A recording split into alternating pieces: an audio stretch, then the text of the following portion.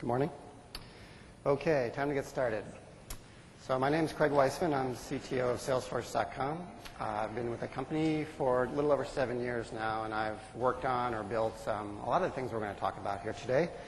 Last year I gave this talk. It was about multi-tenancy. Hopefully many of you have seen the multi-tenancy white paper that's on developer.force.com, which I think was pretty well received. So if you haven't, I strongly encourage you to look into that. And I'll actually be doing a little bit of a review of that, since that is sort of one of the major themes of what we like to talk about here. But today we're going to go a little bit broader. Before I tell you what the theme is, I have to show you the obligatory slide, and it is relevant since some of the things I'll describe are in process or in development, not yet released. So I'll of course refer you to our website if you'd like to read that in more detail. So today's theme, I want to put into your head this concept of ladders, a platform ladder. And what I mean by this is, you probably heard the expression, standing on the shoulder of giants that come before us. And if you think about it, a lot of the history of our industry, IT or computer science, is the notion of we stand on the technologies that exist, and if we're lucky and we time it right, then we aggregate them, or as I say here, we synthesize them well, and maybe we create something new, something emergent. And so the two kind of areas that I'm going to walk you through with our technology is, of course, the relational database. That's the multi-tenancy paper from last year, and I'm going to talk about that. But there's actually a lot of different technologies that we embrace, that we think, that we use, and turn into our cloud service and our multi-tenant cloud service. And what I think you'll find and appreciate, and sort of my last point is, one of the purposes of peeling back the covers that we've been doing these last few years is to get you, our partners, and our developer community to appreciate a lot of the interesting problems that we've solved in our solutions. And then also this notion that if we, eventually if we build a strong enough foundation, we produce a new level of this ladder for you to stand on top of, and or a new rung of the ladder, if you will. And I'm going to talk about some of the new things that come about from our service that maybe didn't exist before, and some of the new challenges. And I'd also like you to think about, in addition to hopefully appreciating the things that we have solved, is how you can help us finish this rung, and then maybe someday there'll be another company who says we stand on top of Salesforce and 5 other things. So just to get a little more specificity to this, this is not too surprising, but this notion of a ladder, the last 50 years we have different programming languages or programming models. This is by no means comprehensive, but you should appreciate that each one of these levels sort of stood on something that came before it. And whether it's the innovation of the memory management of the Java VM, or other memory managed layers that really came out of earlier work in object-oriented programming, et cetera, et cetera. And there are new languages today being built on top of the VM that are standing on top of it, of course. Another example, which is a little bit more relevant to Salesforce, is this notion of how people build applications, business applications, and this ladder of platforms. And a long time ago, a business application was text file processing, and that was very good. People were happy with it. I think the relational database and for example SQL Plus reports, that was a pretty cool extension of the notion of just storing data on disk. And then we moved up the stack. Eventually we got to sort of application servers that provided interesting services for a developer to put together these business applications. And Java and J2EE and .NET have been obviously very successful and have really expanded things in the last 15 years. And then of course there's cloud application development, of which I'll include Force as an example, and everything stands on what comes before it. So before I dive into the specifics of what is it that Salesforce stands on top of, I'll just ask you to realize that there's a lot going on. To provide the cloud service that we have today, we not only have to assemble these building blocks, we have a lot of other problems to solve. That it'd be one thing to just functionally provide a lot of the services we do. We have to make it scale, we have to make it perform, we have to make it reliable, we have to make it secure, and it's hard. And maybe that's a consequence of standing on top of so many things. So the first concrete example, of course, I'll go into it, and here we'll do a little bit of review, is the database. And when we talk about the database and our virtual database that we present to the world, it really gets down to this. I'm going to review some of the concepts of multi-tenancy. A lot of these slides came from a CloudForce presentation that we did earlier in the year. And so let's go into that. Hopefully this will be familiar to some of you and some not. So multi-tenancy and the sort of the specialness of Salesforce, a lot of it comes down to sharing, sharing resources, sharing data structures. On the left, we have this massively shared data, and we are experts at this. It's sort of one of our signatures and what we have a lot of patents on. Couple that shared data and these creative data structures with these shared kernels of code, our app server, and the things that are running in our app server, and the surprisingly small amount of hardware, which I'll talk about in a second. And you put those two things together, and out pops this incredibly diverse set of hundreds of thousands of unique applications that you all are familiar with, that all of our different tenants and all of the different apps that all our tenants have built. The next slide will show it in a little more detail, but first I'm going to talk about some numbers, and this is one of my favorite slides, which I put together earlier in the year, which is just showing about the efficiency of this model. In some sense, it's surprising, and I know people have come up to me and read the paper and said, wow, I'm really kind of amazed at some of the things you do, but the end result is we run the entire world, 67,000 customers, I guess it was yesterday, on, okay, maybe it's 15 or 20 databases if you include the sandboxes, but it's not that many. Now, we are, of course, indebted to Oracle. That's our underlying relational database today. And each one of them is obviously big, and there's lots of customers and lots of data being shared in there, and I'll talk about it in a little more detail. Each of those databases is actually supported by a pretty small number of physical relative commodity servers. We're in a big shift towards commodity Linux servers, both for the rack nodes that run the database. We're in a transition from 4-way to 8-way rack with Oracle 10G. And coupled with that is the pool of application servers, the pool of search servers, which is a separate stack, network switches, you name it. Throw it all together, maybe 50 is slightly low, but it's not 100. And even if you then double that for our world-class disaster recovery, you're just not talking about that many machines running 67,000 different businesses, hundreds of millions of requests.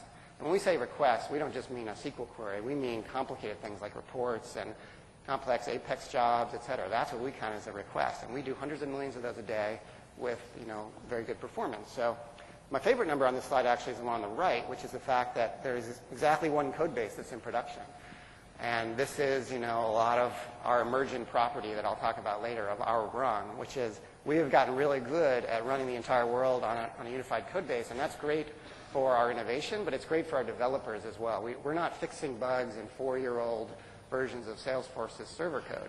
Of course, you all may be binding to 4-year-old versions of Salesforce's API, and so what I'm going to talk about later is how do we make that magic work?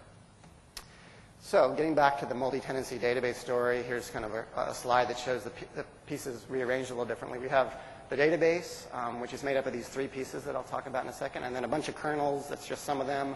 By the way, those are all running in one Java process. And you put those 2 things together, and you get your real-time app composition. So let's drill into the thing on the left, the database. And it's really made up of these 3 things. Here's some example customers that I talked about in this presentation. We have your definitions. We all know that the amazing thing about Salesforce's database is everyone here can create their objects and fields, hundreds of thousands of them, all running in these individual, relatively small number of databases. So there's your definitions or your metadata, and then there's the data itself. And the first place that resides is this giant grid, what I call the heap storage, which is sort of all the data piled together. And it's literally all the data piled together. It's not just one table, but it might as well be.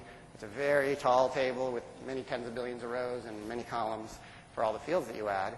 But that wouldn't be sufficient to make the system run fast. You can probably guess why. So we have these other data structures, denormalized data structures, which are our accelerator tables or our multi-tenant optimization tables. And our system is and our kernels very much know how to manipulate both the heap data and the optimization tables to get the functionality that you see today. And there is a cost to doing this, but that cost is sort of made up for by the fact that we have efficient code and a lot of hardware that we're using well to present the service that we do. So let me drill a little bit further into the middle thing, the big pile of data, and I like to call this flex schema on steroids, which is many of you have probably seen this technique of you have a bunch of columns. All of our columns are varchar columns, as it turns out, text columns.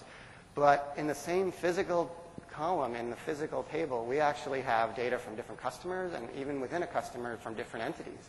Here we have hotel prices, which are numbers, and gambling games, which is maybe a pick list, and then Dell products, all stored in the same varchar column. So if we didn't know about this in a very intimate way in our system catalog, in our metadata, this would be very hard for our system to make sense of.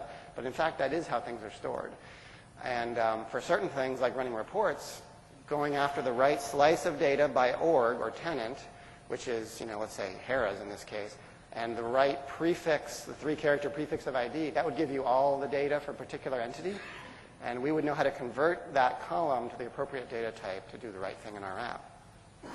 So then the question that immediately comes to mind is, well, what if I have 10 million hotel prices and I want to find one, or I want to find all of them in a certain range? So of course you can't use, we couldn't put an index on the data column 2 there because it's kind of gobbledygook, a bunch of different data types.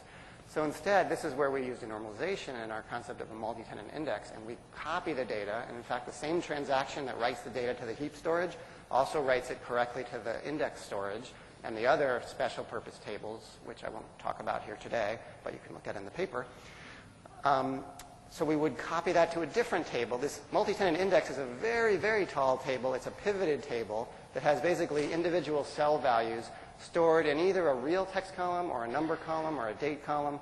And those columns are native data types, and they have real Oracle indexes on them, which means that if you write the correct query in Oracle, we can actually lead with that B-tree index and efficiently find the appropriate rows and join back to the main table, et cetera, et cetera. So that's how we stand very much on the top. We're not inventing new things here in Oracle. We're using what Oracle provides us, but in a rather creative way to repurpose it and present it in this virtual cloud, multi-tenant way.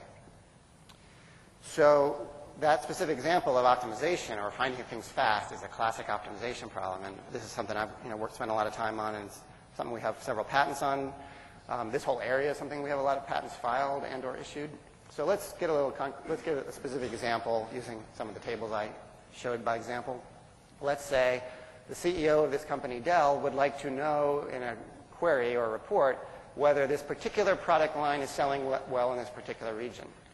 Well, if you think about it, here's where we start standing on top of optimization technology, standing on top of that well-researched topic in the world.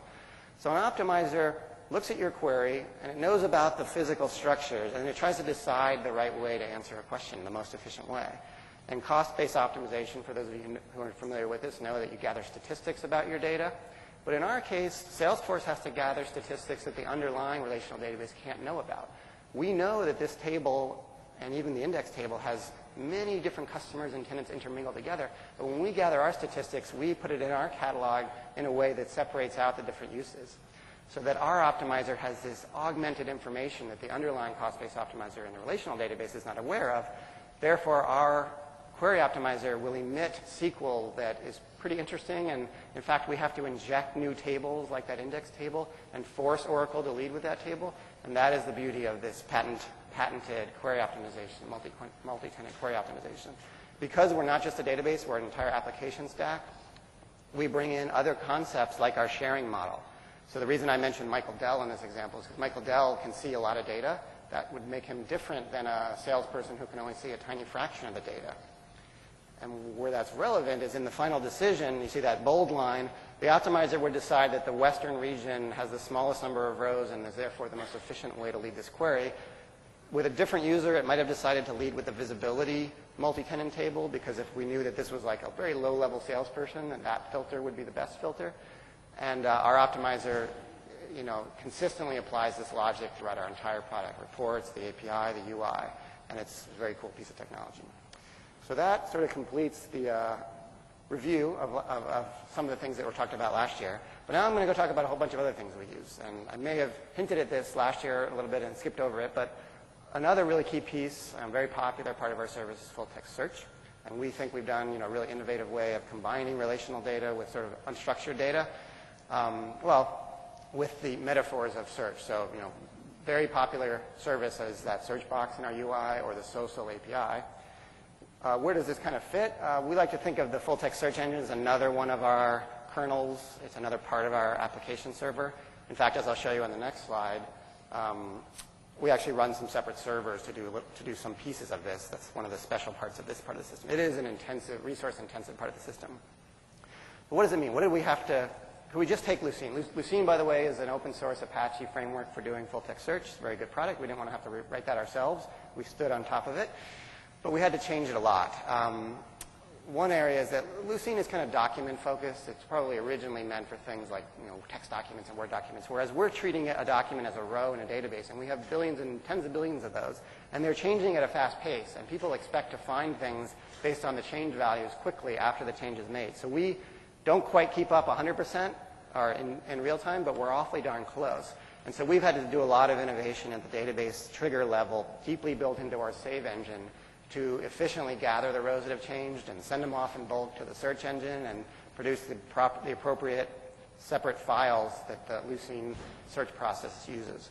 So speaking of files, we had to design a file system. Lucene tends to create lots of files. We have tens of thousands of customers. We would have swamped the operating system or the file system if we hadn't done something clever here. So this is another example of where we had to innovate. Further still, Lucene has the notion of terms and documents that contain those terms. It doesn't have built into it the notion of sharing model, and not every user has access to every document. So combining our sharing model, which is a very key piece of our application, with this full text search was another area of significant innovation that we had to do, that we had to synthesize something that existed in the world, combine it into a new concept. And we have a lot more to do here. Search is an ever important part of the system, but we've done a lot of innovative work. So that was a relatively quick survey, but more detail than last year on that. Here's my silly icon that talks about cache, but if that's a pun. So caching is obviously, a common technique, which is basically things that you access frequently, make them close to your heart, or make them close to where you need them. And in particular, what we don't cache is your customer data. All the billions of rows of the real data, we let Oracle cache that. Oracle's got, its SGA. We give it tens and tens of gigabytes, and it's very good at that. But what we care about caching is metadata. And metadata is really the currency of the Salesforce app. We have a lot of it.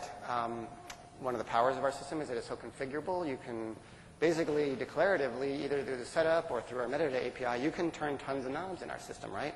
Here's just a simple detail page, and think of all the ways that you could customize it. You, the user, may or may not have access to edit a field based on field security. That's stored in metadata. The actual layout definition is stored in metadata. If you hit the save button in a trigger file, that's stored in metadata. All of that stuff is stored in tables. We officially persist it in real tables, and it's backed up that way. But our application, our running application servers, can't use it in that format directly. Now they could on every request go query the tables, the metadata tables, but that would take time. And what the application servers really want are the Java objects that represent that metadata that they can act upon. And so the purpose of our metadata cache is to have, as long as the metadata is not changing, to have the serialized Java objects available to our application to use on this ferocious rate of requests that we're handling every day, every second of every day. Well, that would be really easy if metadata didn't change. And so the punchline of all this is that we're now using memcached, or memcache, depending how you call it. We've wandered through lots of different technologies, which I'll walk you through briefly. And a lot of you who are using memcache say, well, duh, why didn't you do that from day one? Well, it's not just a matter of where we store the objects, but we had to get right the invalidation. Because when an administrator changes a setup screen, all of our application servers, the pool of them, which are all stateless, they need to see the exact same thing at the exact same time. We can't have one request showing you the old layout, and then you click forward and you see the new layout, and then you see the old layout again. That would be awfully bad. 5 or 6 years ago, you might have seen that, actually, but not now. So designing the correct invalidation logic that is in sync with the Oracle transaction of our metadata was really, the tricky bit. So here's V1 many years ago. Very simple, very buggy. We just stood up a server, and we had a big map, and we talked to it via HTTP, and bad things would happen if that server got swamped or if it went into garbage collection and it missed an invalidation message, and then metadata was not consistent. Okay, not so good. Whoops. So the next phase, a few years later, we used another third-party product, a company called Times10, which is actually bought by Oracle now. And it's a RAM database, but it's a real database with a JDBC connection. And so all of our app servers would communicate both with Oracle and Times10. And we do this weird two-phase commit thing to try to get the Oracle commit and the Times10 commit together. And it was pretty good, and it worked well. It was kind of a single point of failure. We could run them. We weren't experts at running Times10, and occasionally we'd have operational issues with it. And then there was the whole two-phase, the two JDBC connections that we didn't love. So this was an improvement, but it wasn't great. So then more recently we said, let's distribute this problem out. Let each app server cache locally metadata objects that it's using frequently. And so we stored that in the file system, and we used bookkeeping in Oracle to make sure that on every request we had the correct one, so that we would basically timestamp the files, and we would ask the database, is this the correct timestamp? If not, forget about the file on disk. This was good, although it churned the file system a lot. And so then eventually, more recently, we stood up this memcache, which is an out-of-process cache. It's written in C, used broadly in the internet community. And this was great. And then the final optimization that we made more recently, which is basically increases our effective cache by all the app servers can talk to all the memcache servers on all the instances, which if we have 30 app servers, then we basically effectively increase our cache by 30 times. And we use a stable hashing algorithm that always sends requests to the right place, and a lot of fanciness there, and that's our current winner. And why do I tell you about this? Well, okay, it was, kind of interesting technology, but what has it enabled you to do? And the answer is a feature I've been wanting for forever, which we finally, I believe, is in pilot and hopefully will GA very soon, which is custom metadata, which is you and your app can have metadata that doesn't change very often, that you can access more efficiently. What do I mean by more efficiently? Many of your applications, you have configuration information. Today, you need to store it in a custom object like anything else. And if you constantly need access to that data, then you need to run SOQL to get at it. That's expensive for you, and it's expensive for us. So instead, with custom settings, we let you store the actual objects in our memcache, and we basically give you access to them in Apex for free. So this is putting it all together, standing on top of these various technologies and techniques, and presenting a really cool new feature in our system. So I'm sure a lot of you will be using that shortly. Okay, switching gears, I'm going to talk about just app servers in general, or Java, which is our app server, or our underlying language. So what exactly is an application server? What are application services in the cloud? Well, let's start with the traditional notion of what say J2E provides, or a lot of app servers. Things like session management. The HTTP is stateless, but a lot of these specs provide some notion of session. We actually don't have stateful app servers; they're all stateless, which is a topic for another day. And other things, UI, JSPs, rendering of UIs, that's a common service, or connection pooling. We use our application server for all those things, some of which we've written our own or adapted things that exist. But here's a bunch of things that our application server does that almost makes it more of a cloud operating system or operating services. So for instance, our application servers are rack aware, very much so that for a given tenant, all of the requests will end up on the same database node. Even though rack allows communication around the nodes, you want to minimize interconnect traffic. And so it's good that our application servers are aware of how our database is laid out. And what I mean by consistent hash, it means if one of those rack nodes goes down, then mayhem doesn't ensue. It's a really cool thing if you're not familiar with consistent hash algorithms. Okay, other services. We rate limit, we meter. Sites, for instance, does a lot of metering. That's services that are in the cloud, shared services. That's a very important piece of what our application servers are doing. Scheduling and queuing. You'll see us do more and more of this. Batch Apex, scheduled Apex, a lot of the scheduled services. Our application servers, this is a clustered technology. It's based on advanced queues in Oracle. Very key thing that we're presenting as part of our offering that we include in sort of the application servers. And then, of course, the Apex virtual machine, which is running inside of the Java virtual machine, is another core service of our application server. So yeah, we're taking connection pooling, and we're taking UI rendering. We do all that too, but we layer on a whole bunch of other things. So sort of finishing up on this theme of aggregating, synthesizing various steps of the platform ladder that exist and that came before us in many cases. Here are some other things that we're making available that we're synthesizing into Force.com. Our sites technology makes use of a content delivery network to sort of put static resources at the edge of the internet, put it closer to the users. That you just get for free.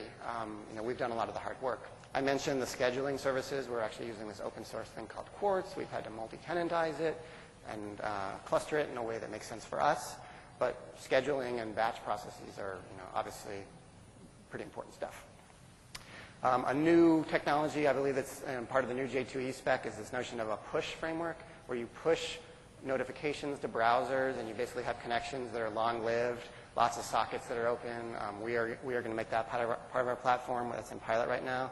And then Mark has mentioned 5-minute downtime. We're looking at lots of ways of doing using database replication technologies in innovative ways to present more things as part of Force.com. So now we're going to move on to the sort of second part of my topic, which is sort of these new emergent things that have come about. They're not all necessarily new. Some of what I'll talk about is also using existing technologies, but a lot of these are new problems that we didn't necessarily anticipate. And so we'll walk you through the last one, which is about seamless upgrades. It's kind of my favorite. But first, we'll do a couple of smaller things. And the first is, what does it mean to do development and sort of release management in the cloud? Now, there's a lot of pieces to this. I'm going to focus on the next slide on one. But there's things like debugging in the cloud. We haven't solved that problem yet. We have some internal work going on. But as you can imagine, we can't give you a debugger where you can hit a breakpoint and hold one of our database transactions open over the internet. So we're considering some technology called like an omniscient debugger, where we let your request run to completion, and then we send you back enough information where you can step through what actually happened. Pretty tricky stuff.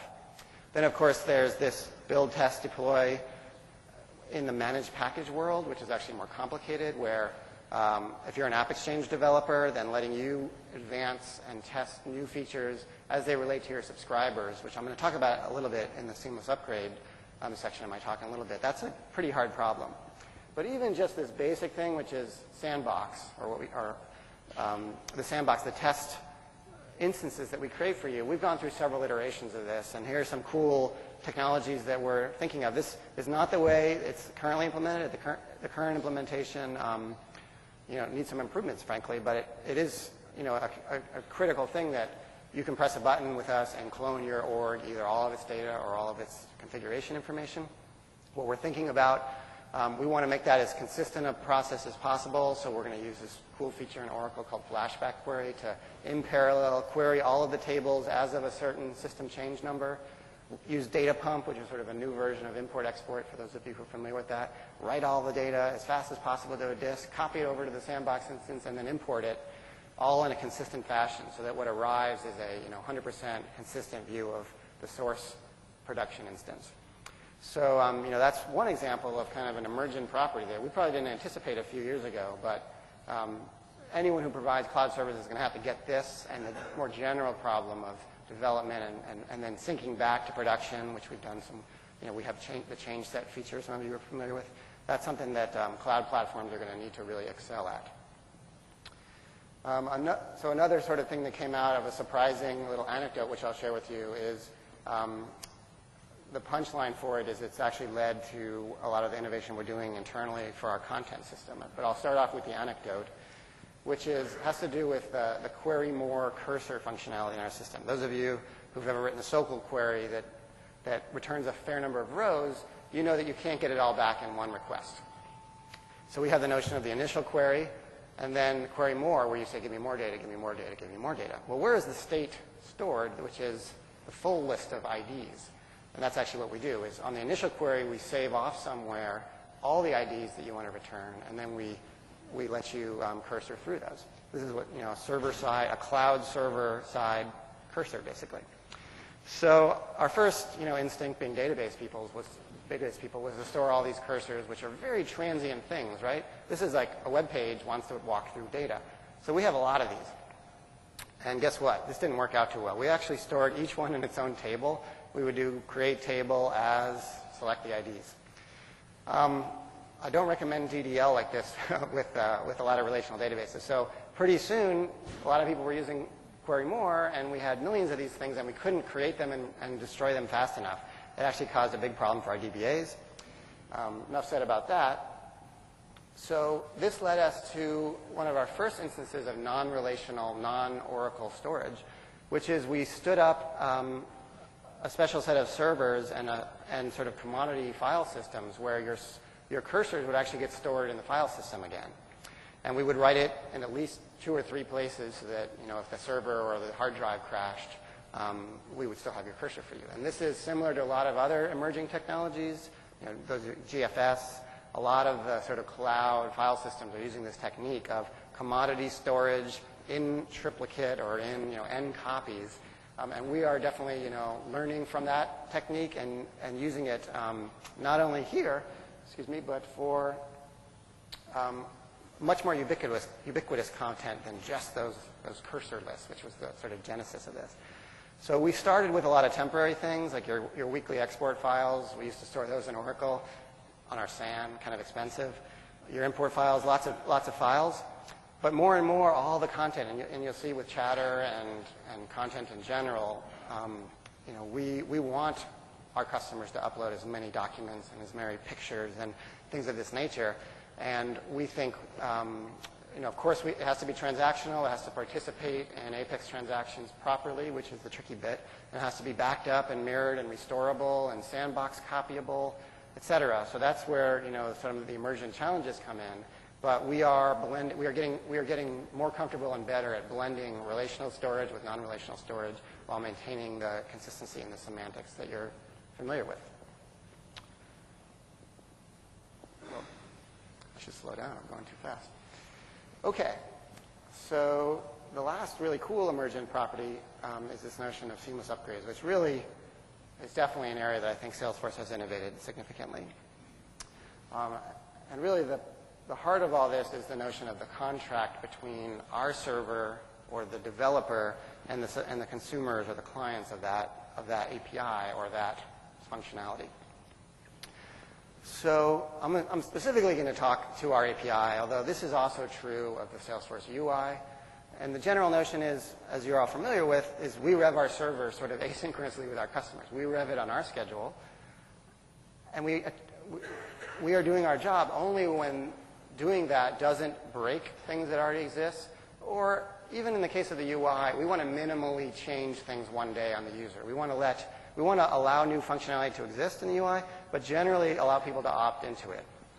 Many years ago, we occasionally would accidentally change the UI for people, and some people got upset, and maybe we're still not perfect at it, but we know the best practice is let customers turn things on when they're comfortable with it, and that's part of this contract between the server and the client.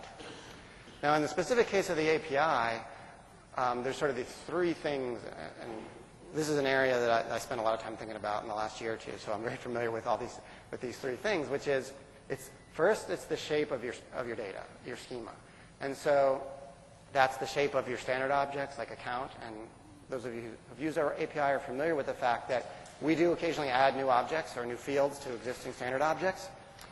But we do it in a way that we don't add those new things to old versions of the API, because we found through experience that even accidentally, quote, adding something good can break an integration. You can probably imagine why. The second is the shape of the methods of the API itself. And I'll describe that in a little bit of detail. And I'm going to describe how we actually make this happen. And it'll probably surprise you a little bit. And the third is the actual behavior. When you do call those methods, if you're calling a version 12 or version 13, occasionally there's a little bit of a functional difference. We need to make sure that we preserve that functionality, the contract, as it was when you originally wrote your client code that bound to our server version 12. So here's another way to look at it, which is the code. I guess this winter 09 was probably earlier this year. But we released one code base. Remember I said that before, is that we have one code base, and it's so productive for our developers. And basically what that one code base, well, of course it can present the new stuff that's in winter 2009 when it came out, including new user interface functionality and new schema. It has the ability to emulate all of these old versions. And so they're sort of virtually running. You can imagine these old servers virtually running inside of the one server. But we are not actually running old code. We're not running old versions of our Java classes. We don't copy the old code and then clone it and clone it and clone it. And that's really the sort of innovative part, I think, is that we emulate. And I'll describe now, or before going into an example, here's just another way to look at it, which is as the server marches along over time, it gets the ability to present new versions of the API, but it has to emulate the old ones that came before the current version of the API. So how do we actually do this? What mechanism do we actually use? And these two bits of XML are part of our real code. I've sort of just taken a few snippets of it. This is what we call our UD, our Universal Data Dictionary, something I and someone named Simon Wong worked on many years ago that is pervasive throughout our whole code base. So this is, again, our metadata about our standard objects, and this UD is the currency that makes all of our screens behave in a consistent way.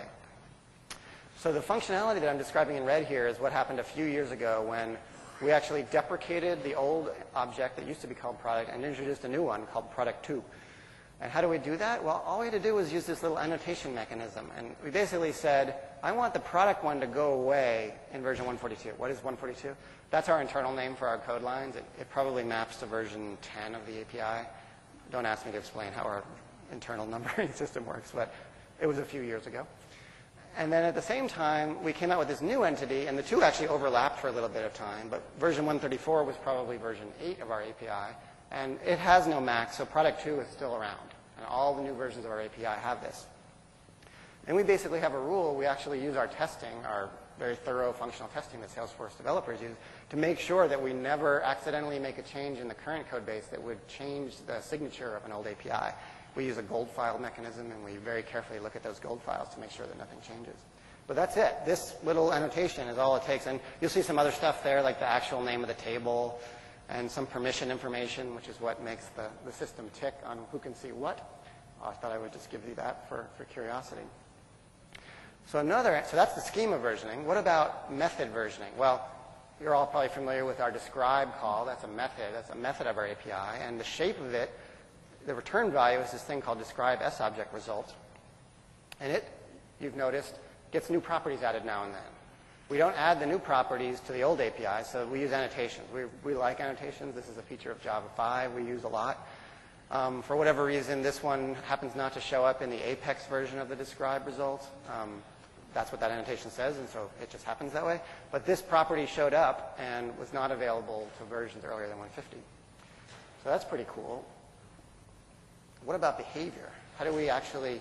So this is really where it gets interesting, is that you may have thought that the reason one version of the API behaves differently is that we actually have both of them running. No, we don't. We have the one code that is supposed to do that task, describe, for all versions of the API, and then sprinkled around, here's just a random method that I pulled out of our code base, will be an if statement like this.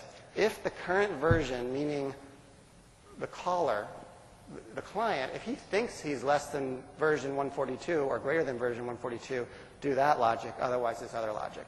And so there are not that many of these. They exist. You know, there's certainly more than a few. But our code base is not littered with these things. And that's largely because our API hasn't changed in any hugely dramatic way. And you know, we're pretty careful not to change it in such a significant way that we would need to fork the code. And so those three mechanisms, down at the bottom is sort of the punchline of this, which is we go to great lengths not only to preserve shape, but to actually preserve old bugs. Even if version 12 did something a way we think was totally wrong, you may be relying on it doing that wrong. So we will go to great lengths to try to preserve those bugs forever. And we tell you, get on the new version of the API. That's why we're always pushing you to the new version of the API. So you know, there are a lot of companies that try to preserve APIs. We are pretty much zealots about attempting this wherever possible. Okay, so that's nice. That's how Salesforce does this for, you know, the contract between us and our subscribers. But what about if you're developing an app on Force.com? Because a lot of this, when we talk about emergent properties, is we want ISVs to build brand new apps on our platform. And then there's a three-way relationship. There's Salesforce, we provide sort of the core services. There's the ISV, and then there's the subscriber who is going to install that package from the App Exchange. Now, if you were here for Andrew Smith's talk yesterday about packaging, we are trying to take these same notions of versioning and contract and apply them to the packages and the code that you write the same way we do it for our code. Because our general philosophy is if it works for us, that's what we want to teach the world. So I'll walk you through. Some of you probably not, a lot of you are probably not aware of this functionality that actually exists today. And it all starts with your application needs an increasing official version number. And we added that relatively recently. It used to have just this loose name, but now there's a version number that is ever increasing. So just like we have, you know, 138, 140, 142 internally, you have a version number of your app, and you're allowed to then say this method or shape begins at this version number and ends at this other version number. And how do you do that? Well, in the case of schema, here's a custom object. There's actually, if you have a released custom object, you can, and Andrew turns on this in-pilot feature for you, you can actually take away that released custom object for new installers of your app. And that we call that deprecation. It's not exactly the same as deprecation in some other systems, but for us it means the next time you, if you check this checkbox, the next time you upload this package, that custom object will no longer be available to new installers of your app. It will be available to people who are already using it, of course, but not net new installers. So that is sort of analogous to what we do in our UD metadata. Now let's take a look at an Apex code example. This is real Apex code, and it has an example of you can actually remove a method. Today, normally, if you have a global method as part of your managed application, you can't ever take it away because people might be using it. But what you can do is annotate it with @deprecated, and then upload your package, and then new installers of your package will no longer be able to access this method. So if you wrote some code that you now regret, you can take it, you can't take it away from people who are already using it, but you can take it away from new people, or from new installers. And our intention here is, after a year or two, you'll be able to communicate with your installers, try to get them moving on to the new version, and eventually physically remove the code you no longer want to support. We haven't done that yet. And then finally, your code itself, inside it, the actual behavior of it, you can ask a question like, is the caller of my code thinking that he's at version 1.0 or 2.0, and switch logic depending on that. Because when a subscriber writes Apex code that binds to your Apex code, they bind to a specific version, and that's an emulation. So you have to be able to emulate and test old versions of your behavior. This is a burden that you have to do as an application developer, but we're giving you the mechanism to do that. And so, in summary, versioning, which is very much, I think, something where we are, innovating. I just ask you to read some of these interesting points, which is there's only one version of you're not fixing bugs. And we want you to write code like we do. You will not eventually be fixing bugs in 3-year-old versions of your code. You're only going to have the current version of your code, and it will have sprinkled in it a little bit that knows how to emulate some old buggy behavior. But you'll actually only have one version of your class that ever gets installed in a customer. And even if that customer is binding to 2 versions, there's only that one version of your class that is able to behave in those 2 ways. Everything that's part of your global signature is versioned. It has a min and a max. And soon, in pilot now, you'll be able to push out new versions of your managed code that fix bugs but don't change the signature. So that, is something I'm pretty excited about. It's kind of tricky stuff, but if we can participate in that process with ISVs developing cloud code the way we do, we think that people will benefit in the same way that we have in terms of innovation. So in summary, we've had to do a lot to build the platform to where it is today.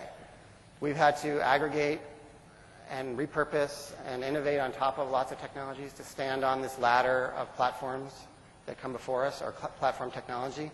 A number of new things are emerging, many of which we're only in the process of working on. We need your help. It's kind of the last point that I have here, which is if you either want to work with Salesforce or at Salesforce and work on these problems, this is sort of the current state of where we are, and we know we have more work to do, but it's pretty exciting stuff.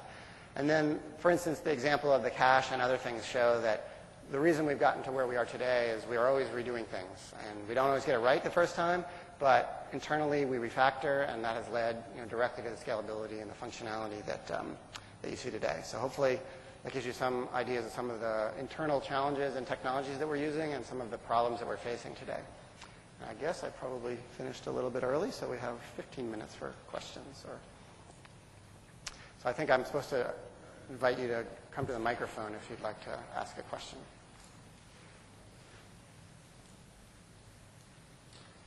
Is it on? Can we get the microphones turned on in the back?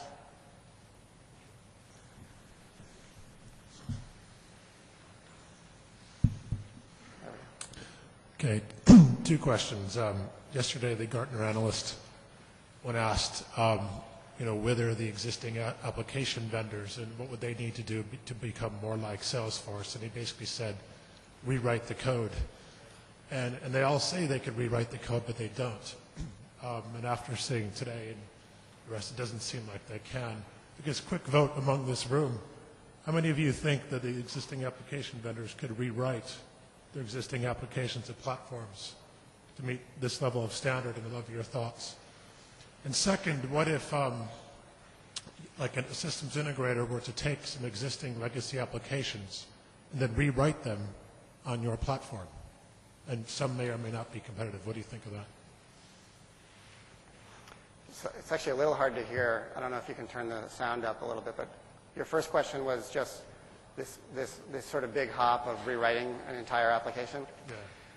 Well, I mean, although Mark likes to use the term native apps, and we certainly encourage people to write 100% native apps, there are certainly a lot of ISVs who are more in a blended model where they maybe have their own servers for certain computation or other services that already exist. But, where we excel, we think, is with, the data model and the database services. I think that's sort of our first foot we stand on, is everything traditionally considered a relational database and stored procedures and integration with CRM data. However, there exist customers, there exist ISVs who are building the entire user interface and other things. They don't have to, but that is probably, there are examples of both, and it is an interesting question, of course. We are asking a lot when we say, try it out. And not only try it out, but you basically need to get all your services for us. I recognize that means we have to provide all the things. We have to provide all the tools. Do I think we'll get there? We've made a lot of progress. The gap narrows, but there's always, we hope, the possibilities for call-outs and other mashups with other systems. I'm sorry, repeat the second one? Sorry. And the second question was, how open are you as a platform vendor now, and you really are a platform vendor, to ISVs writing potentially competitive applications on your environment? That I don't think we've had much of a problem with. We certainly have had lots of people build, CRM functionality. We can't build it all. We recognize that we don't have the domain expertise. We don't have the developers. We have a significant amount of work to do at the platform level. We are going to continue to release applications, and we will, encroach on certain areas, but there's no way that we will ever, be able to go after the full suite of things that all of our, AppExchange partners are going after. Next question. So I've got two questions, too. And the first one has to do with when I write business apps, I mean, the purpose of validation for me often is to make sure that my code expects certain invariants to be true. So there's this whole garbage in, garbage out principle, and in terms of the range of what I'm designing for and what I'm testing for, I'm kind of expecting the database to have certain contents. And if there's other contents, you've voided the warranty. Yes. Now, in this model where I'm not allowed to, I've got to keep the old validation rules, and when I put new rules in, I can't assume the old API calls can still be putting bad data in. That seems to suggest to me I've got to rethink this kind of thinking, and I can't, my newer code can't assume all the invariants I might want to assume. Yeah, I mean, there's no simple solution to the problem. Particularly if you really change your mind and really regret a lot of what your application did in V1, then building V2 or V3 can be awfully hard. But, a lot of it comes down to be careful what you put in your public API. Don't release V1 unless you really have thought through the shape and the methods that you want to support. Maybe release a little less and get some education with your first users. That's the technique we've used. We have made some significant changes in the API and shape and whatnot, and some of them have taken developer years to do, right?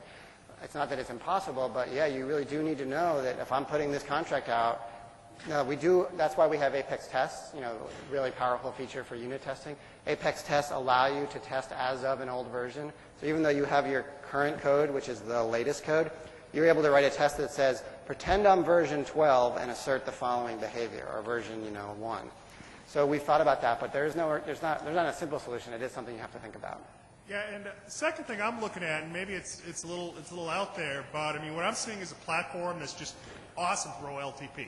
Mm-hmm. I represent a company that does analytical kind of work, and to do the stuff we want to do, we've got to take data out of your platform, run it in our system, and man, I wish I could take data out of your platform, keep it in your security perimeter. You're preaching to the choir. Benefit from your thing, but do MapReduce. I want to do a full table scan, have a really efficient way to do something awesome with it, put it back in. All I can tell you is I wish I could tell you everything that I was working on, or that we are working on right now. I'll leave it at that, but that is not you are not an isolated opinion on that one, and stay tuned. Okay, thanks a lot. Over here. You talked about how you started to use some file-based storage systems for some of the content you have, and I was wondering what your thoughts were about some of the NoSQL movement and the key value stores. Do you see that beginning to replace relational databases, or do you think that there's always going to be a place for that? I mean, it seems like some of the things you're doing, your patented stuff in the Oracle database, kind of seems like you're hacking your way to this same thing that's there, and I wonder what your thoughts were there. Well, first I'll say that I'm kind of, my heart is still with the ACID properties of a database, and I mean, so I'm very interested, and we certainly are studying a lot of the different key value stores and sort of alternate new, more scalable, horizontal storage systems, and we are using them. In fact, again, I can't really tell you, but a lot of the analytic stuff that we're building is, I'll hint at the fact that it's going to use, non-relational things. However, a lot of the other vendors who only have those, what I think, weaker semantic storage systems can't do a lot of the sort of business critical transaction properties that we can. And so, we still, our bread and butter is the OLTP world and complicated business transactions that have to commit or succeed for sure. And, we run people's businesses. So we think it's a lot harder to go from the weaker stores, which may be more scalable, but don't necessarily have the semantics. We have the semantics. We're going to try to go wider. And for certain parts of our system that don't need those semantics, we are going to take advantage of these other technologies. It's kind of a related question as well. Just going through your method of storing data, it's very, very interesting, quite innovative, but also very expensive. And now I kind of see why, when I go and buy additional storage, I have to pay so much, because keeping all that data online, indexed, all that sort of thing is obviously expensive. I make no claims about what we charge for storage. I'll keep my lips zipped. So I guess my question is, is there anything, like any plans or any investigations or anything that you might be working on whereby, storage that we might want to purchase, but we don't necessarily need right online and indexed at that time? Are there any plans to kind of go to that level? Because I guess everybody's going to keep on having more data. Yep. And so anything on that side? So I don't see us changing away from the expensive SAN technology we use for the relational data and the business critical data and the truly structured data. And a lot of the expense, and again, I'm not going to comment on exactly what we charge, but it comes from, we use very expensive world-class storage technologies. We mirror it, we back it up, lots of infrastructure aside from just the raw bits on disk. There is some expense to some of the duplication that we do. The multi-tenant games we play are not really the source of the expense, I don't think. However, to your other question, more and more content and other, let's say, sort of more slowly changing data or data with lesser semantics, we are looking at new custom object types and new storage that will be part of the platform that maybe won't allow you to do all the functionality you can do today, but will probably be stored in a different place, and I hope will be cheaper. But again, I'm hinting at things.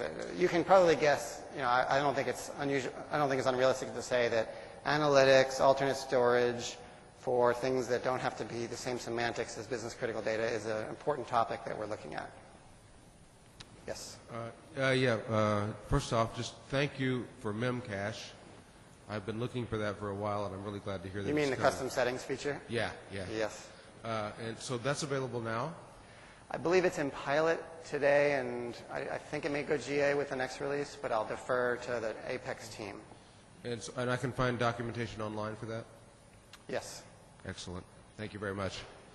You're welcome. Go use custom settings. It's very exciting. Another question.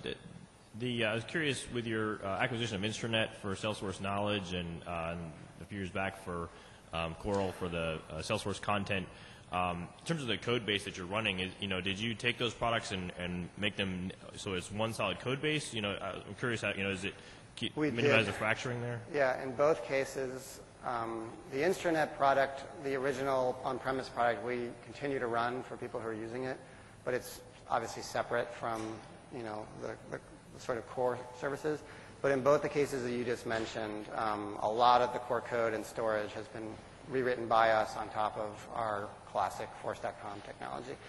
That's not necessarily the case for every acquisition we do or will ever do, and there may be pieces that run on, sort of separate app servers. But for things that are sort of core data model things, I think as a general rule, we will probably end up porting them over and making them multi-tenant. Other questions? Probably have a few more minutes. We have 5 minutes, if anyone. Yes? Anyone?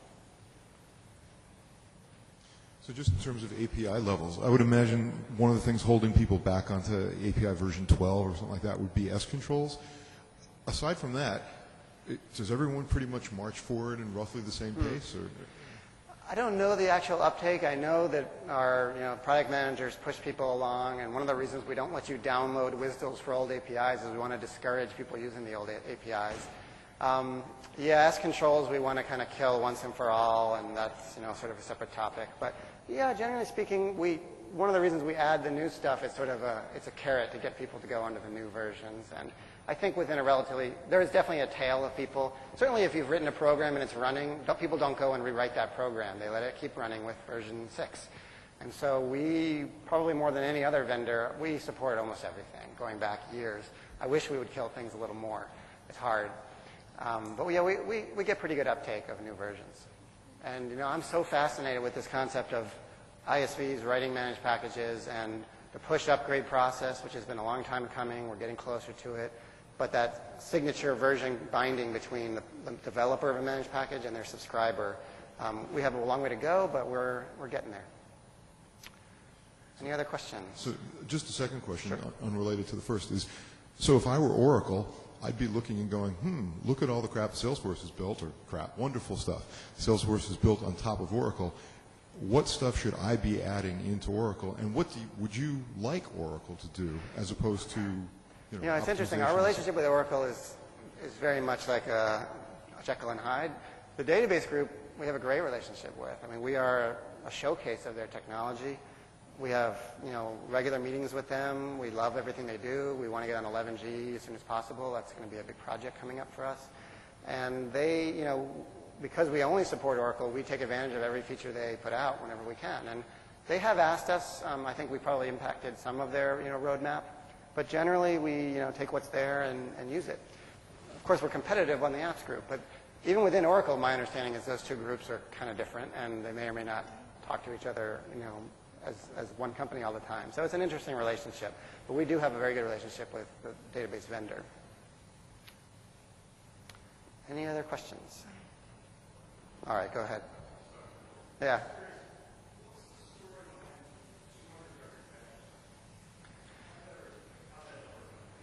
Question was the 200 record batch limit. Do you mean for query or for modification? Oh, for mods. Yeah. That one, it would probably be better if it were actual size-based. It's sort of kind of a swag at, one of the things that is a very precious commodity is Java heap space in our app servers. We try to keep the work we're doing at any one time kind of bounded. So we couldn't, it would be really expensive if you were to give us 10,000 records of 500 width and we were to try to save them all. We have to use memory proportional to the amount of rows and columns. And that would be way too big. 200, maybe that's a little small. We could probably handle a little bit bigger than that, but it's a reasonable batch size. I encourage you to go look at the bulk data upload API, which we just put out, which basically takes that burden away from you. You give us a big file with 10,000 records, and we worry about splitting it up into chunks. But it's basically, we don't want giant database transactions, and we don't want Java heap space to blow up on us, and so we try to keep the working set relatively small.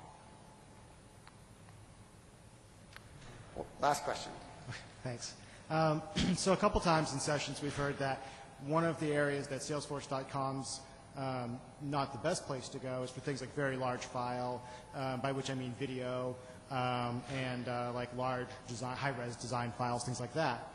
But at the same time, we've heard there's a push towards content management, and in the comments about social networking, of course you're going to be forced into embracing some of those things. Yeah. So I'm curious what comments you have on how you're going to deal with that and where you're going to the extent that you can say and what your thoughts are right now. Yeah, we are nowhere near Google's expertise at handling, farms of machines and disk drives. I wish we may get there, But right now, if you gave us, terabyte files, we would have trouble with them. So there's sort of a comfort zone that we want. So large data volumes, which has been probably another number of theme that you've heard of here. It's large number of records and just large amounts of data. That's very much in our sight. We want to up the limits, at a pretty dramatic rate. We have to do it, can't go from 0 to 100 necessarily. And maybe, in a year or two, we'd say, yeah, give us whatever size file you want. But at the moment, storing a small number of just ginormous files is probably not the best use case, but we might get there.